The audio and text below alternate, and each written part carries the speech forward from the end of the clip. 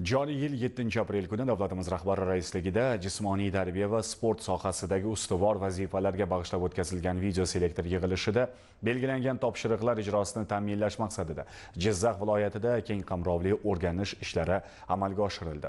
Sport vazirligi hamda Milliy olimpiya va paralimpiya qo'mitalari vakillaridan iborat respublika ishchi guruhi tomonidan sohada amalga oshirilayotgan ishlar hamda yaratilgan shart-sharoitlar ko'zdan kechirildi.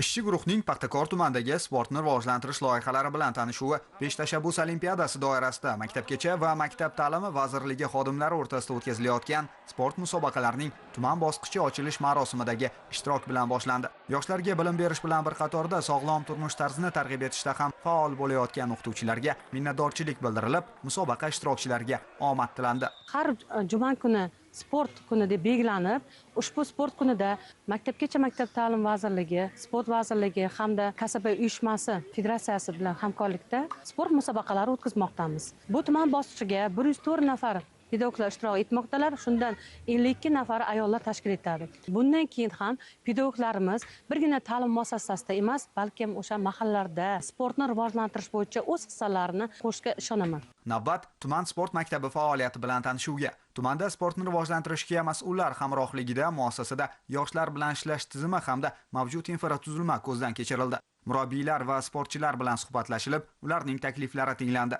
Mahalla maktab sport muassasasi zanjirini takomillashtirish, har bir mahallada sog'lom turmush volontyorlari korpusi tashkil etilib, aholini ommaviy sportga jalb qilish kabi masalalar muhokama qilindi. Zafarobod tumanida ham sportga oshno tutingan yoshlar soni ortib bormoqda. Shijoat va g'ayrat harbiy sport musobaqasi tuman bosqichining ochilish marosimida zafarobodlik yoshlarning erishayotgan yutuqlari e'tirof etilib, bu hududdan ham ko'plab jahon chempionlari chiqishiga ishonch bildirildi. Sport maktabi rahbariyati va murabbiylar tumanda aholini sportga jalb qilish bo'yicha shtab a'zolari ishtirokida o'tgan muloqotda sog'lom turmush tarzini targ'ib etishda sport maktabi doimo tashabbuskor bo'lishi lozim ekanligi ta'kidlanib, shtab a'zolari zimmasiga yuklatilgan vazifalar ijrosiga ham to'xtalib o'tildi. Hurmatli prezident aytib o'tgandek, ommaviy sportdan professional sportga degan narsa mana shu quyi tizimdan biz amaliyotda ko'ryapmizki, maktab o'qituvchilari, xodimlar o'rtasida bugun musobaqalarning ustidan chiqdi. Haqiqatda bugun o'z ko'zimiz bilan ko'ryapmizki, yoshlarimiz juda ham chanqoqligini, bugun aholimiz ommaviy sportga o'zi xohlab kelayotganligini guvohi bo'lmoqdamiz va ular tomonidan suhbatlashganimizda juda ham kattadan katta ko'proq takliflar berilayotganligi va bundan kelib chiqib biz aynan o'zimizga ham hududlarda chora-tadbir belgilab olmoqdamiz.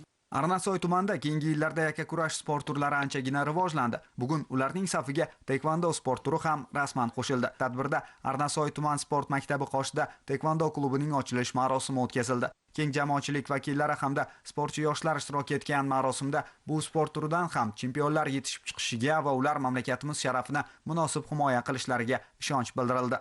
Sharof Rashidov tumani Qo'shko'prik mahallasi bugun chinakamiga sportga ixtisoslashib bormoqda desak, mubolag'a qilmagan bo'lamiz. 36-umumta'lim maktabi hududida foydalanishga topshirilgan ushbu universal sport maydonchasi ham nafaqat maktab o'quvchilari, shu bilan birga mahalla yoshlar ham sport turlari bilan muntazam ravishda shug'ullanib kelishmoqda.